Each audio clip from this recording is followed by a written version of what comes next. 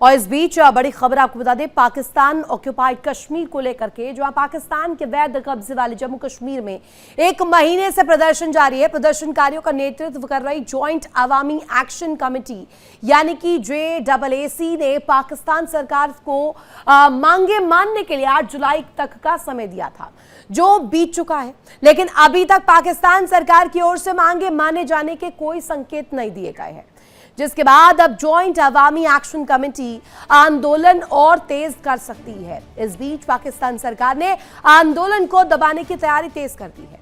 खबर है कि कोटली में प्रदर्शनकारियों पर रेंजर्स ने फायरिंग की, जिसमें 2 और प्रदर्शनकारियों की मौत हो गई, जबकि कई लोग घायल हो गए हैं।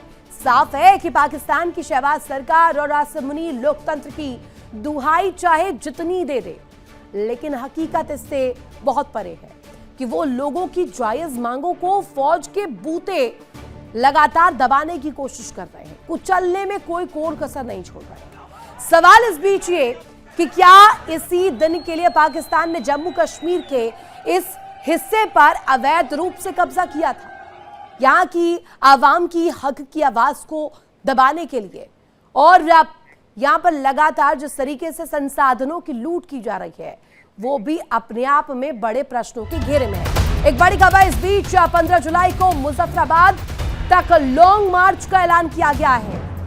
महिलाओं और बच्चों पर कार्रवाई का आरोप। साथ ही साथ आपको बता दें, इसमें जानकारी ये भी मिल रही है कि JAAC ने आंदोलन तेज करने का फैसला दिया है। JAAC का पाकिस्तान सरकार को सीधे क्लियर कट अल्टीमेटम, जिसमें इस बात को ऐलान करते हुए नजर आए। एक और बड़ी खबर इस बीच लीजिए, POK चुनाव को लेकर कश्मीरी नेता का बड़ा बयान सामने आया है, और बयान में राजा गुलाम मुश्तबा ने चुनाव प्रक्रिया पर बड़े सवाल उठाए। लाशों पर से गुजरकर चुनाव कराने होंगे, बैलेट पेपर पर खून की छाप लगाने का आरोप लगाया है। और इसी पर बातचीत करने के लिए हमारे साथ खास मेहमान जुड़े हुए हैं। Taslima Akhtar, POK social activist हमारे साथ कनेक्ट है। मेरे सहयोगी मेरे साथ विकास सबरोल भी जुड़े हुए हैं। सबसे पहले मैं खास मेहमान जो हमारे साथ जुड़े हुए हैं, तस्लीमा जी, आपका स्वागत करना चाहूंगी। सवाल आपसे सबसे पहले बहुत स्पष्ट, इस वक्त POK के हालात क्या है, जरा बताइएगा एकदम ट्रांसपेरेंट क्लियर कट अंदाज में कि वहां पर हो क्या रहा है।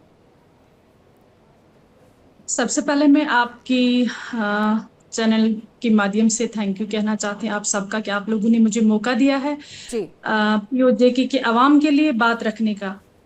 देखिए, ये पूरी दुनिया जानता है कि पाकिस्तानी रेंजर्स ने जो वहाँ पर बड़े जालिम पंजाब से लोग बैठे हुए हैं, पाकिस्तानी फोर्सेस, कैसे वो वहाँ पाकिस्तान मकबूजा कश्मीर के बेगुनाह लोगों का कत्ले आम रोजमर्रा करते रहते हैं।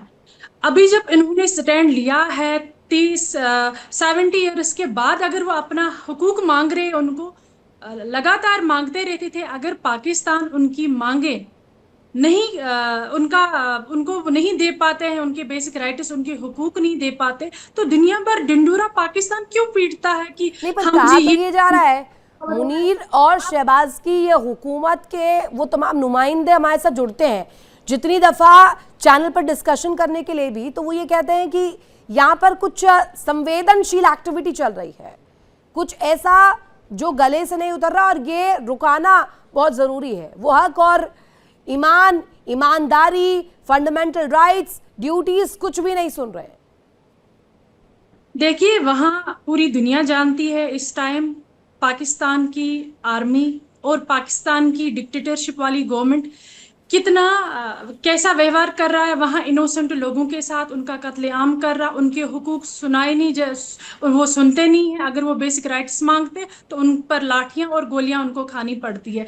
मैं ये कहना चाहूंगी, पाकिस्तान को आपकी डिक्टेटरशिप इतनी फेलियर है, आप जो बाकी कंट्रियों के मसले हल करने निकल रहे हो वो भी फेलियर है, उसका भी रिजल्ट आया है। आपको दुनिया में वाहवाही चाहिए, ऐसा नहीं होता है। पहले आपको अपने घर के हालात देखने चाहिए, पहले आपको अपने हालात क्या है, POK में हालात क्या है, जरा बयां कर पाएंगी? क्योंकि आपकी यहाँ पर कॉन्फिडेंस की दाद देनी पड़ेगी, आकर के एक्सपोज कर रही हैं, ये हैट्स ऑफ है। और ये इसीलिए भी ये मुद्दा उठाया गया क्योंकि POK की आवाम लगातार त्राही त्राही कर रही है। हो क्या रहा है POK में? पाकिस्तान की आवाम को इतना हक नहीं दिया जा रहा है। जो पीओजेके के लोग हैं, उन्होंने उस टाइम भी जबरन उनको काबिज बैठे हैं, अभी उनको हक ही नहीं दे रहे कि वो अपनी जस्टिस की आवाज, अपनी बेसिक राइट्स की आवाज बुलंद कर सके। आप देखो कि उन्होंने जरा से हुकूक मांगे थे अपने रोजमर्रा जिंदगी के एसेंशियल गुड्स के लिए, तो उन चीजों पर उनको गोलियां खानी पड़ी। आप देखिए कि लंदन में प्रोटेस्ट हो रहा है, पीसफुल प्रोटेस्ट हो रहे हैं। नहीं तो आपको क्या लगता है कि मुनीर जानबूझकर दबा रहे हैं, जानबूझकर कत्लेआम वहां पर चला रहे हैं? डेफिनेटली ये उनकी पुरानी पॉलिसी, ये आज ही नहीं उनके साथ हो रहा है। ये जो पाकिस्तानी वो पंजाबी वहां पर रेंजर्स बैठे हुए हैं, वो शुरू से पाकिस्तान ऑक्युपाइड जम्मू कश्मीर के इनोसेंट लोगों के साथ ऐसा व्यवहार करते आ रहे हैं। मांग क्या है? मांग क्या है वहां वहां पर लोगों की? मांग क्या है? क्या भारत के साथ जुड़ने के लिए वो रेडी है वहां पर? डेफिनेटली जब उनके साथ कत्ले आम हो रहा है, यहाँ भी प्रोटेस्ट हो रहे हैं, यहाँ कभी किसी को नहीं छेड़ा जा रहा है प्रोटेस्ट वालों के साथ। अगर उन्होंने एक पीसफुल प्रोटेस्ट किया है तो वहां पर उनपे गोलियां बरसाई गई, ऐसा थोड़ी होता है। क्या उनको सुनना पड़ेगा ना उनको बेसिक राइट्स अगर वो मांग रहे हैं। अगर पाकिस्तान को क्षमता नहीं है, वो तो नहीं कर तो पा रहे हैं। नेताओं के बयान भी आ रहे हैं, नेता कह रहे हैं कि यहाँ पर चुनाव उसी कीमत पर होंगे, प्रक्रिया पर पूरे तरीके से सवाल उठाए, लाशों पर से गुजरकर चुनाव कराने होंगे। कश्मीर के नेता इस तरीके के बयान दे रहे हैं। पीओजेके के लोग जानते हैं उन पर क्या गुजर रही है, वो कभी ऐसा नहीं होने देंगे।